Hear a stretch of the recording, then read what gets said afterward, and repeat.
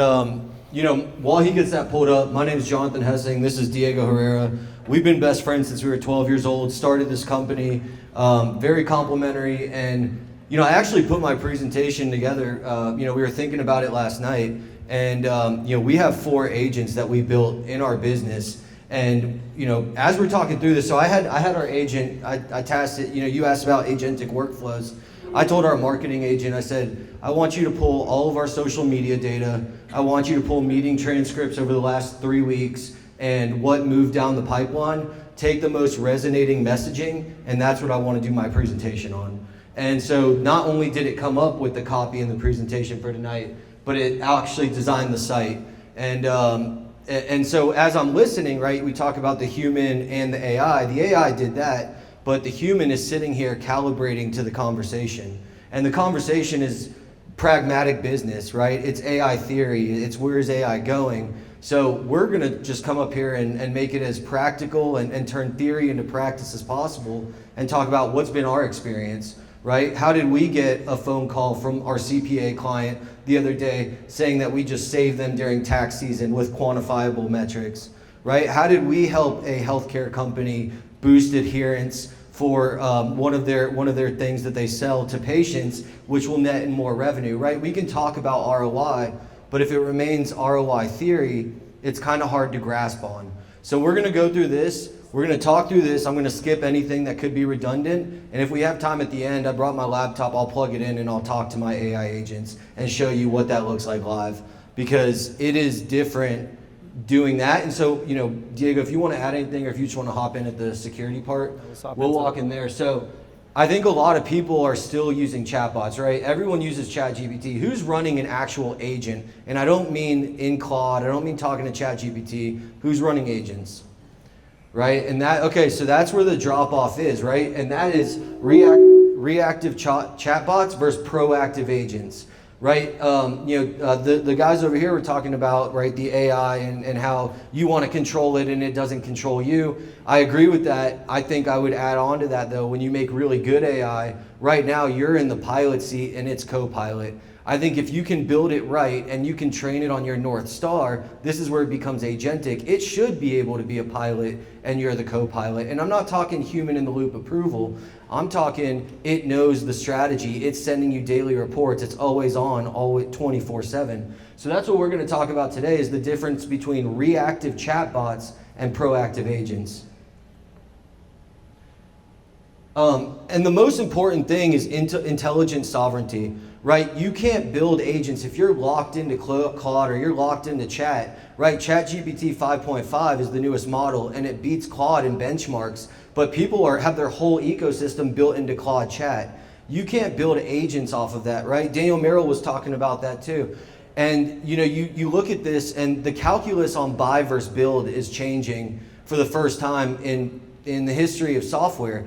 Only enterprises used to be able to build their own software and own their own tech stack. That's changing now, like the guy up here was talking about. And they were talking about, I'm going to build my CRM. Well, it may not make sense to build your CRM. Maybe you want to use HubSpot or something. That's fine. That's like the tool layer. What you need to own is your intelligence. Because if you don't own your intelligence, you're not collecting data. You can't replace it with an open source model and get rid of API costs. You're very limited. So, and to make proactive AI, it's got to be trained on data, structured, unstructured. It's got to build agentic workflows. You cannot be confined into these platforms. So a lot of people we talk to have spent money on AI and it did nothing. I mean, they go through subscriptions like it's like a pro baseball player goes through bats during batting practice. I mean, it is absurd that they do this. And look, the models are free. Like, you can get the models, you can use the AI. Making them run your business is the expensive part. I'm not going to double down here. This whole tonight has pretty much been about this. But this is the most important thing. So just to double click on what everyone has talked about, this is what 90% of companies get stuck at, is that they're not leveraging AI in a real material way. And everyone on the business side, the best way I'll just kind of conceptualize this is everyone wants to do AI, but they do it ass backwards. They start with step 3, which is AI enablement. You got to do the right 3-step process, which is get in there, step one, KPIs, quarterly objectives, bottlenecks, understand, because if it's not measurable, like it's a science experiment, it's not a business strategy. Start with that, understand what are the existing systems, what workflows do you have, what does the data look like? Then once you understand that, you can come up with the right AI enablement strategy.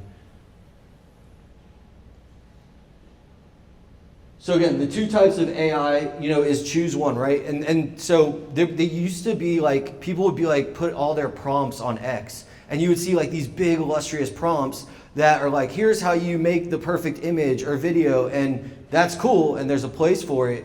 But that's not where AI is at now. That's not what the companies who are winning are doing. What the companies who are winning using proactive AI, they're texting their AI in Slack, in Telegram, and they're texting it like it's an executive. Here's an example. I texted one of our marketing guys the other day, and I said, hey, we've got this newsletter we're going out. You guys should subscribe. It's badass. Like, it's not like sell our shit newsletter. It's like, here's some cool AI stuff. But I was like, every week, I'm having all these meetings and people are on our calendar. Are those people being added into our email marketing tool? Before he could reply, I thought maybe I should ask the same question to Atlas, our AI CMO that I talked to through Slack. I asked Atlas the question, I said, can you see that? And if not, can you add them? Here's the agentic workflow.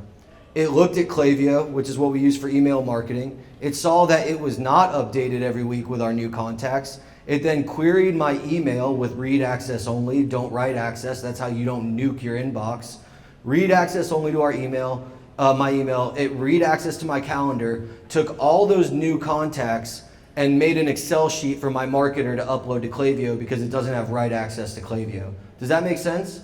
Right? And so that all happened before my marketing guy even replied.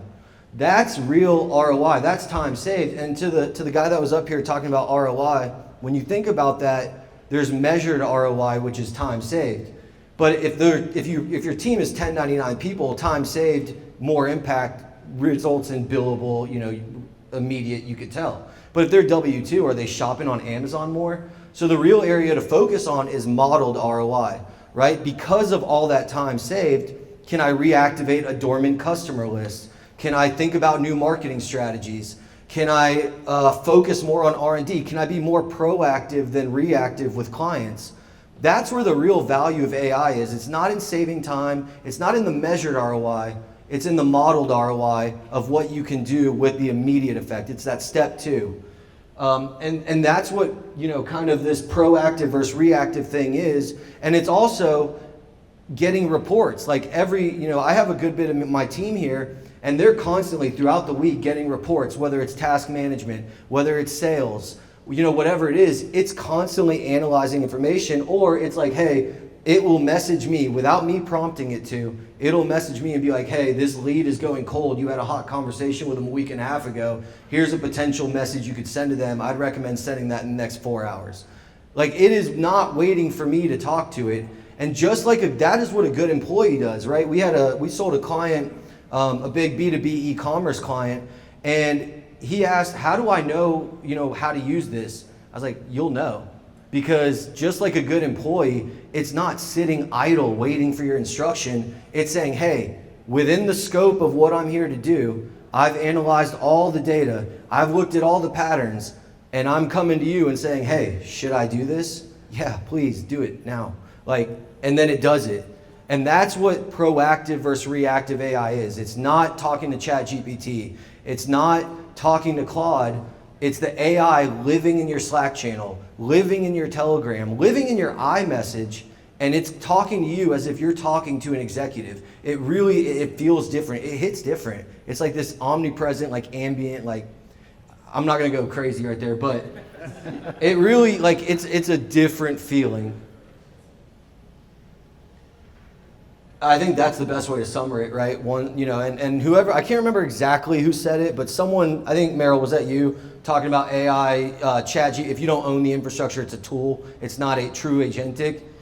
I distill that down to more business language, which is one's a tool, the other one's an employee. And it feels that way and it operates that way. You guys can see there, so I already talked to that slide, so we can go to the next one. All right, I talked to that one too. One thing that I want to say that's funny here that I put up a tweet about the other day. You guys have all heard, I saw that image that came up, the popular image about 8 billion people in the world, less than 0.04% know you can use AI to code. Who in here has heard the term vibe coding or has vibe coded? All right, have you guys ever heard the term chat coding? I came up with it last night. So vibe coding put the power of being able to write code in someone like my hand. Like I've been a tech co-founder since I got my first company funded in 2016 out of my dorm room, never knew how to write a line of code. Always loved tech and what it could do, never could write a line of code. Then, I'm trying to get away from that buzz. Then recently, I was finally able to do it. And that's vibe coding. I could sit at my computer now and talk to a tool like ChatGPT and it's outputting code. That's vibe coding. Then there's chat coding. That's when I'm on the golf course and I'm texting my AI agent, hey, make me a presentation for me to present at this event tonight, and use the corpus I mentioned earlier, the workflow I mentioned earlier, query my transcripts from my meetings, my social media engagement, find the topic and make a website while I'm on, the 8th hole.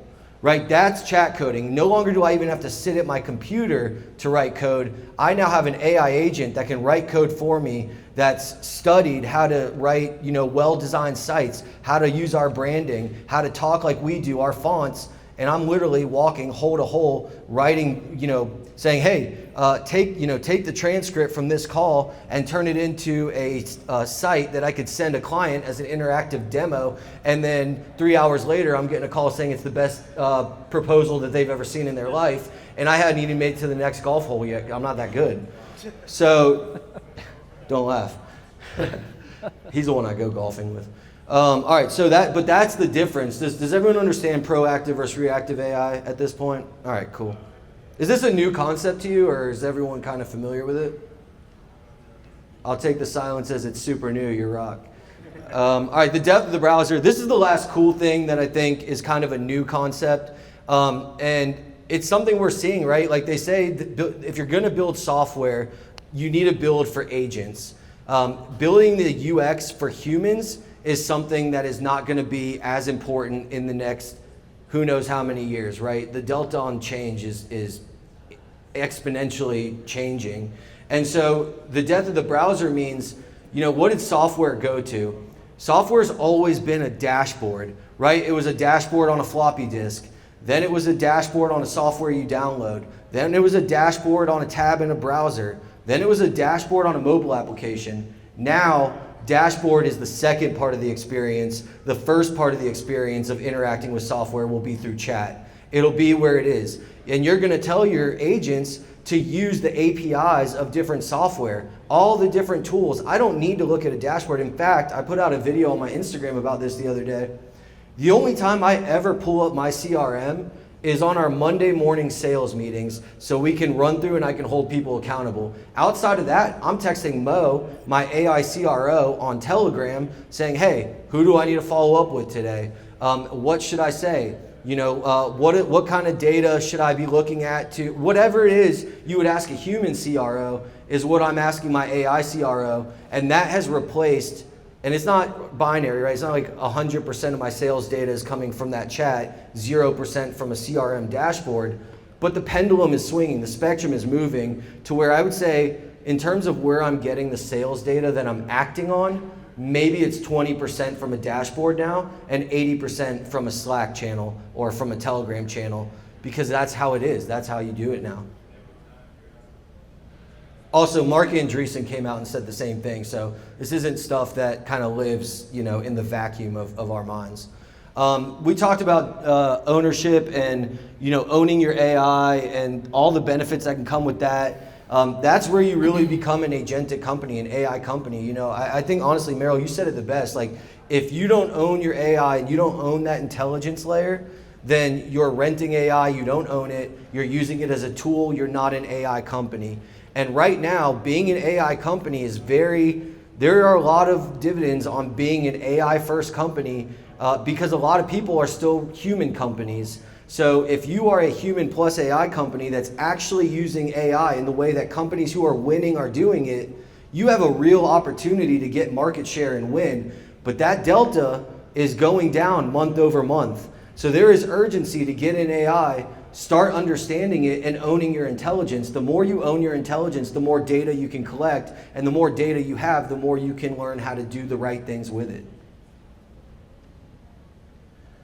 Proactive AI can go wrong if it's not trained well, if it's not built well, and if it's not secure. There's a few reasons why, and so I'll let Diego go into that now. Hello, everybody. So, I just want to echo what Jason was saying in the panel earlier. It all boiled down to not how much AI are you integrating into a company. It's you have to do it right and extremely targeted. So there are 3 concepts that I want to go over that kind of dive into that. And I could talk for this for hours, but I'll try to distill it as much as I can. Take me to the next slide. Skip it. Yeah, skip the slide. Okay, so the 3 concepts that I want to go over are memory, security, and the guardrails. And skills also falls within that. So at a high level, memory, everybody here has experienced an issue when it comes down to memory. You talk to ChatGPT, you're talking to it for hours. Next thing you know, it's forgetting. It's forgetting the first thing you talked about. That memory layer is something that exists on all these platforms, whether it be Claude, whether it be ChatGPT. And that's why we as a company, we stress that you want to own your memory layer. So what can go wrong? Every session starts from 0. Amnesia on repeat. Anybody here who has used Claude, again, if they hop into a new session, it tends to forget things. There's a memory that lives within Claude's ecosystem, but it's not as robust as you want it to be. Contradictory decisions from stale context. That goes back to what I said about ChatGPT. Things that you were talking about at the beginning, all of a sudden, an hour in, it's telling you something completely different, and you're having to now argue with ChatGPT saying, wait a second, I literally just told you this. Hallucinated patterns from bad retrieval. If your retrieval layer is not set up correctly, you are going to get extremely bad data. That's how bad decisions are made, and that can cascade throughout your entire business. How you do things right. You need persistent memory across every session. We stress that you need to own every single input and output that goes within your interactions with the AI.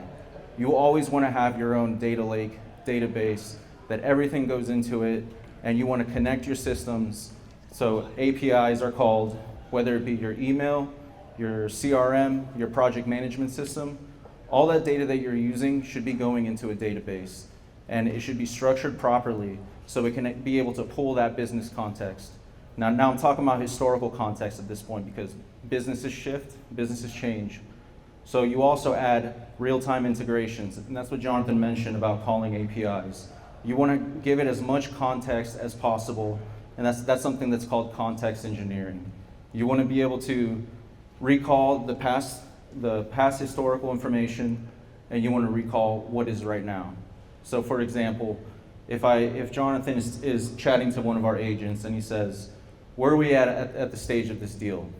Well, what's going to happen in a properly set up memory layer is that it's going to pull every single conversation that Jonathan has had with the client, transcripts, emails, everything. And then it's going to pull APIs on where we are right now. So the more context that you can give it and the proper memory layer that you have, that's how you can actually achieve the issues that most people who interact with AI face, of it constantly forgetting things, you're having to remind it, and even when you remind it, it forgets it 30 minutes later. Go ahead. Security and data ownership. A lot of people here touched on security. That is a massive thing that most companies are hesitant to do. AI governance, security.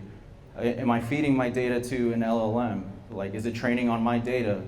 That is something that constantly people are complaining about. The biggest risk, your agent has access to an email, CRM, calendar, financials.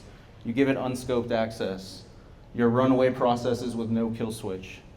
Well, what you need to do to be able to counter that is you need to have approval gates with any sort of external action.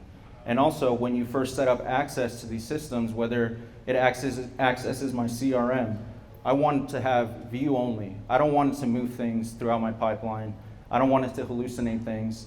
And you need to have a full audit log of everything. You need to see why it did what it did, and you can reiterate on those things. Skills and guardrails. Who here has heard of agent skills? Okay, so not that many. Not that many people have heard about agent skills. An agent skill is essentially instructions that sit on top of instructions and actually tell an AI agent, this is an exact process that I'm going to do. And this prevents things like scope creep. An agent does tasks that it shouldn't. You know, that's how, what Jonathan mentioned, next thing it's wiping out my entire inbox when I said, hey, can you delete this one email? One bad instruction cascades everywhere. No versioning, no way to roll it back. The way you do it right is that you sandbox these skills. So I can create what's called a skill that is typically in the form of a markdown file that lives within my agent's ecosystem. And I can essentially say, when I ask you to check an email, you check this email, you do nothing else. You set up those guardrails. That is how you prevent these catastrophic things from happening. And you also version control on every single instruction.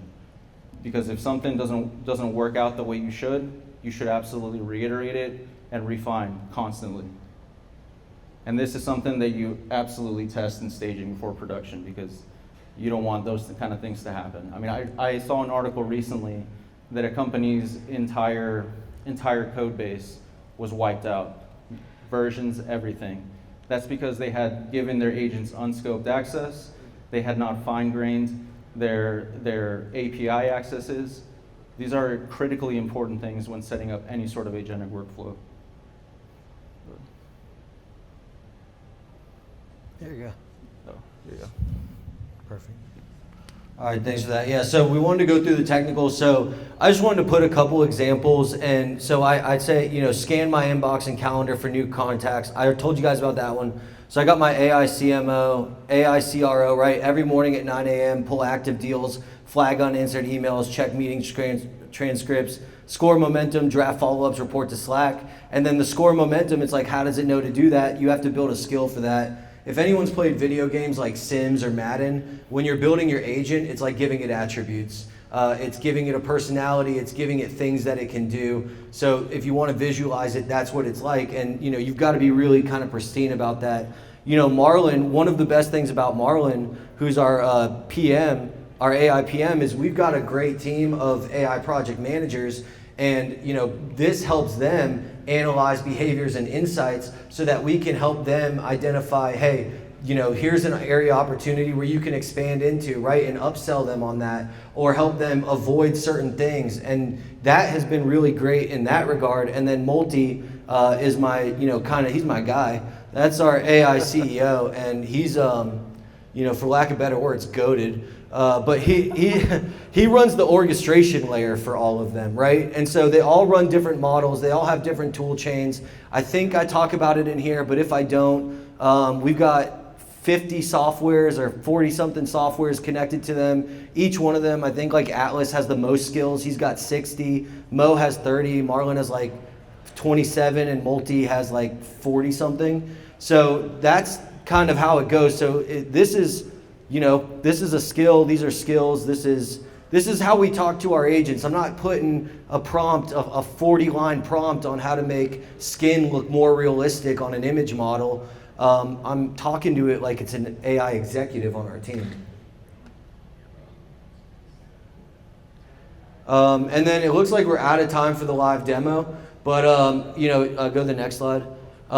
We do a free workshop where I do go into this stuff and I go deep into it, and I'm sitting there and I'm talking to our agents live. I'm talking about, more in depth. Tomorrow morning, for example, with Cobb County School District, who's one of our bigger clients, we're talking at the Cobb Chamber of Commerce of how we are building a virtual newsroom for Cobb County School District. And, again, to kind of emphasize that, we went in there and step one, what is the ROI? What is the KPI? Well, we want to tell more. We want to tell more stories. Okay, what will telling more stories do? It'll give us more time to do other things. Well, what will that do? It'll increase attendance in the school district. That's what we needed to hear. Okay, great. What tools do you use? Where does your data live? Boom, got it. So now we know we need to build a virtual newsroom because the school district's job, the marketing department at the school district, their job is to tell more stories. They're like a news station for the school district. And that is their one goal, is to tell more stories and bring more people to the school district. So how do we help you go from 7 stories a week to 65 stories a month?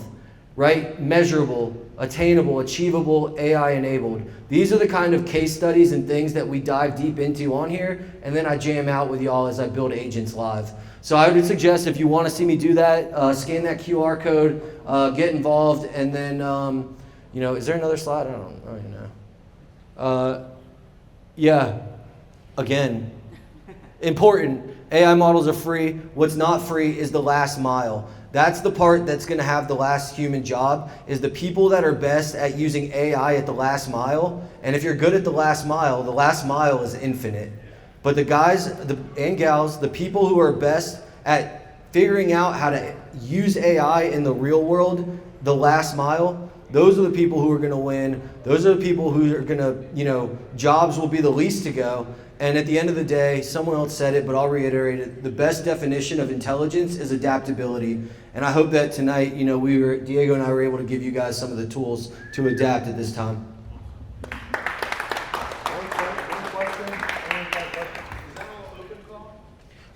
So it depends on that was OpenClaw, but we've built if you're familiar with NemoClaw, which is what NVIDIA built their own version called NemoClaw on top of OpenClaw with their own guardrails and their own, stuff. And what they are to enterprise, we have a product called ShoeFly Workmate that is to the SMB. So Workmate is our guardrails and our structure built on top of OpenClaw, and that's what that is what we use internally. So we eat our own cooking. Can you give us a commercial of your company and what you do? Yeah. So all right, action. Now here you go. We build private ownable AI infrastructure for mid-market companies. That would be the shortest way to say it. $7 to $75 million businesses. Anything less, we try and identify workflows and productize them there. Anything up, they can hire people or have internal resources, IT teams, use Claude Code. That mid-market spot is perfect because they want to take advantage of the AI wave. They have capital. Even though the calculus on build versus buy has gone down, there is a barrier to entry, but it's so much smaller than it used to be, and they can afford to do that. And they know they want AI. They don't know where to start, and they don't know how to measure it. They don't know how to do these things. So that's what we focus on, is building private, ownable AI infrastructure for $7 to $75 million businesses. All right, let's go. Give it up for Jonathan Diego.